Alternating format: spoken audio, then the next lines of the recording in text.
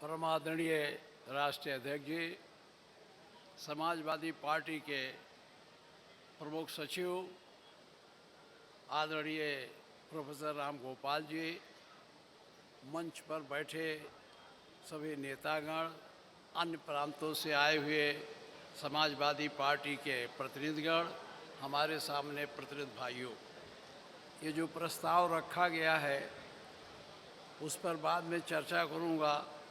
मैं सबसे पहले राष्ट्रीय अध्यक्ष जी को उनके चुने जाने पर बधाई देता हूं और भगवान से प्रार्थना करता हूं कि जो इस प्रस्ताव में अंतिम वाक्य है, अंतिम सेंटेंस है, उसको पूरा करने के लिए भगवान उन्हें शक्ति दें। साथियों, बहुत चर्चा हो गई और चर्चा हो गई उस सरकार की जो जालिम है। आज आप देख रहे हैं, इसमें सब पर कल भी प्रस्ताव में चर्चा थी, आज के भी प्रस्ताव में चर्चा है। मैं एक बात आपसे कहना चाहता हूं, इस देश में हजारों लाखों लोगों ने अपने जान की कुर्बानी देकर आज़ादी प्राप्त की थी और हमको एक संविधान मिला था। उसी संविधान के तहत हमारे देश की व्यवस्था को चलनी थी। आज उसमें तमाम प्रकार के संशोधन करने की बात हो, चाहे उसको कमज़ोर करने की बात हो, वर्तमान में दिल्ली की सरकार उसे कर रही है। हम आप उनसे लड़ने के लिए तैयार रहने की आवश्यकता है। आप जानते हो, यहाँ हमारे बहुत पिछड़े और दलित भाई हैं जिनके लिए हमारे जैसे लोगों ने भी जेल की यातनाएं सही थी कि इनको आरक्षण दिया जाए। डॉक्टर राम मनोहर लोहिया ने शुरू से ही पिछड़े 100 में 60 की बात रखी थी और हम लोग बचपन से, जब हम लोग इंटरमीडिएट में पढ़ रहे थे, तभी से इसको लेके समाज में आए थे। हमारे नेता माननीय मुलायम सिंह यादव जी के नेतृत्व में आपको यह आरक्षण मिला। आज इस पूंजीवादी व्यवस्था को जो हमारी वर्तमान सरकार लाना चाहती है, उससे आपके आरक्षण को खतरा है। और जब आरक्षण का खतरा है तो आपको जब कभी खतरा होता है, चाहे शेर को लगे खतरा है, चाहे पशु को लगे खतरा है, तो वो जानवर या पशु भी अपनी दोहरी ताकत से खतरा पैदा करने वाले पर हमला करता है। ये जोश आप में आना चाहिए। अगर ये नहीं आएगा तो धीरे धीरे हमारे अधिकार कम हो जाएंगे और जब कम हो जाएंगे हम कहाँ मिलेगा। एक चीज़ और है, विचारधारा के आधार पर राजनीति समाजवादी पार्टी की बेहतर है। अगर समाजवादी पार्टी के विचारधारा से ही हमारा समन्वित विकास हो जाएगा।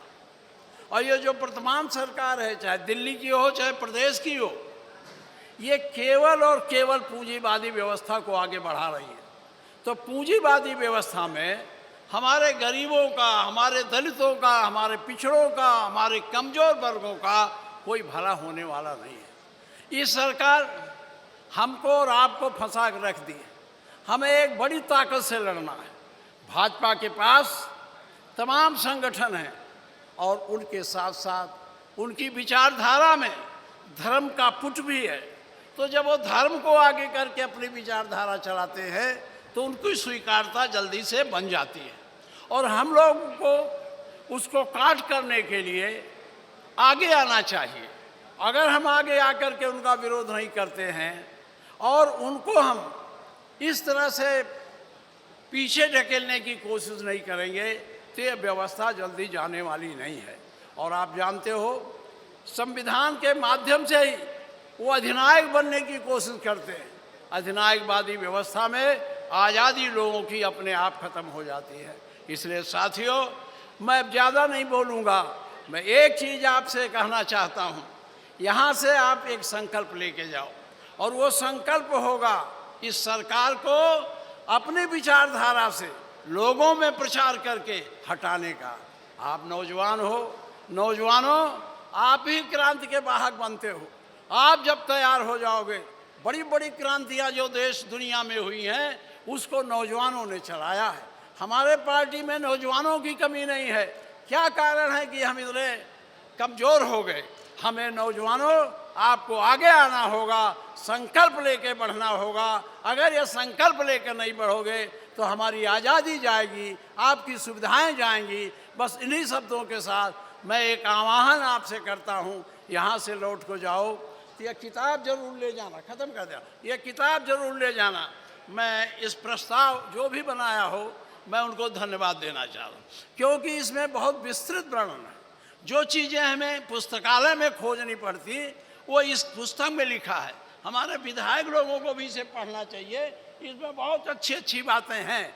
बात साथियों, आप जाओ तो जनसभा से नहीं, छोटी छोटी गोष्ठियाँ करो, अपने बिरादरी में करो, अपने चौराहे पर करो, और इन साधारण लोगों को जो हमारे मतदाता थे आज खिसक कर भाजपा में चले गए, इसीलिए उनकी ताकत है। न उनकी कोई ताकत नहीं थी, कमज़ोर होकर उसी विधानसभा में बैठे रहते थे।